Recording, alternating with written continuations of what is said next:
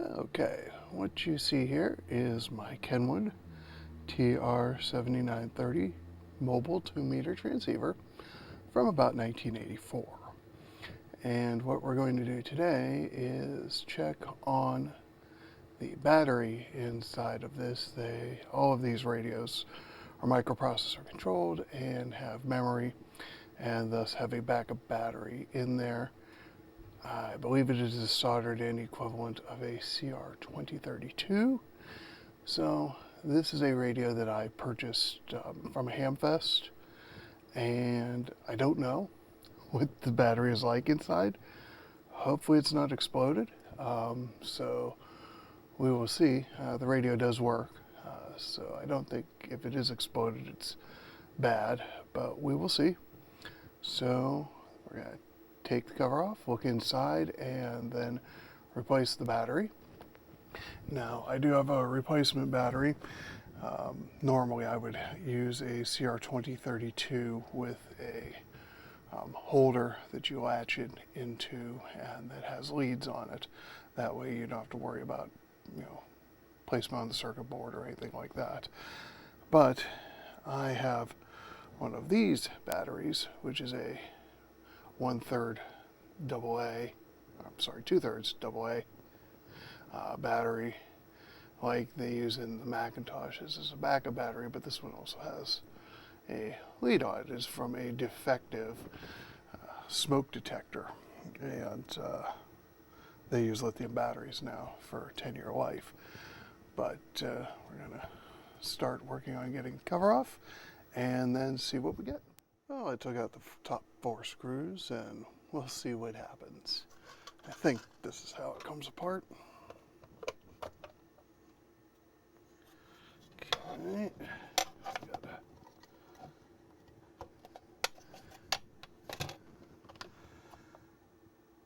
Okay. Not the CPU board, so no battery. This is the RF deck. Okay. Time to take the bottom off.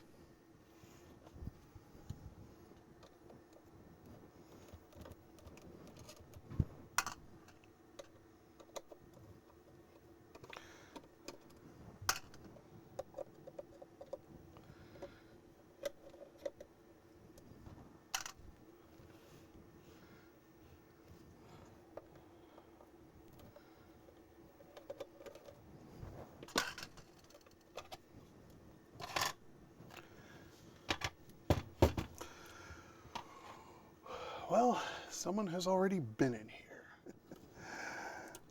and soldered in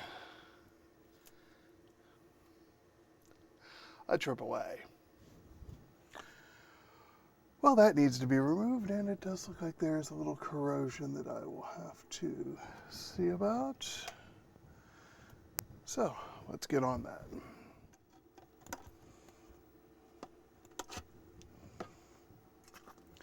And remember, positive went this way. So, all right. That is a note on the board. So, cool. This will be actually easy. And I just need to get some alcohol in there and clean that up with the corrosion. So let me get to that. I'll try this again when I'm wearing the microphone. Kenwood is one of those companies that was actually very nice in assembling their stuff, at least as of 1984, that they used not ribbon cables, but cables with connectors on them, so you could easily remove the boards. And what I am going to do is to take and clean this board up, use a little alcohol and also some baking soda water to then neutralize the battery acid and clean that all up, clean up the little bit of corrosion that is on the terminal here and terminal screw hole, and then possibly might recap this board. Don't know. We'll see. See how adventurous I feel. all right. All right, what you see here is the completed processor board, or as they call it, control board. I've replaced the battery, replaced all of the electrolytic capacitors on the board, have taken and defluxed the board on both sides because it was not defluxed at the factory. And so here again is the original battery that was in there, and well past its life. And then the pile of capacitors. The electrolytics. They were all ELNAs, which are good capacitors, but ELNAs have issues in some batches, and some of them, it was hard to tell whether it was flux or electrolyte that had leaked out of some of them. So it was easier just to replace all of them, and should lead for higher reliability on the machine. And as soon as this dries, I'm going to flip it around here for you. Yeah. See, now you can see that that is all nice and clean and defluxed. Looks much better. There's a little bit of flux in some places, but it's around mounting holes, so I'm not too worried about it. But flux should always be removed from boards. When you get a chance and you're working on a board and you can remove flux, if there is flux on it, please do. The reason being is some flux, and there are many different types, but some flux becomes electrically conductive as it ages because it absorbs water out of the air. It's hygroscopic. And it's better just to remove it. If you get the chance, do it. If you're doing the repair anyway and you've got the board out, just take some flux remover, like this, and remove it. And then after that, wash the board down with some, isopropyl alcohol, some 91 or higher percent isopropyl alcohol, and then that will clean up your board and prevent future issues.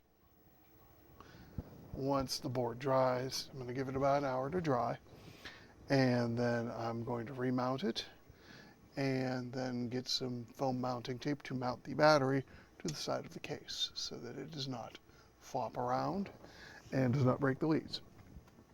So I will show that when it is all reassembled. You are now looking at the repaired control board. The new battery, which you can see is up here in the upper right corner, or lower right corner actually.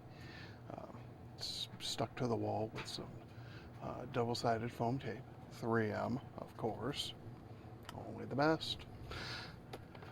And the board has been cleaned and defluxed. Also, all of the capacitors have been replaced, the electrolytics, and there were a few. And figure, since I was in there, I'd just do it. So, a few capacitors. All replaced with brand new Nichicon, or sometimes Panasonic, but all 105-degree capacitors with more than the rated voltage, and they still were smaller than the originals. And then the only thing left to do is to tighten down the screws, because I did not tighten them down when we were getting it all set up, but it should be all good to go. And then to put the cover back on and then go. I hope you liked this quick video about the replacement of a backup battery in a Kenwood TR-7930 2-meter FM transceiver from 1984.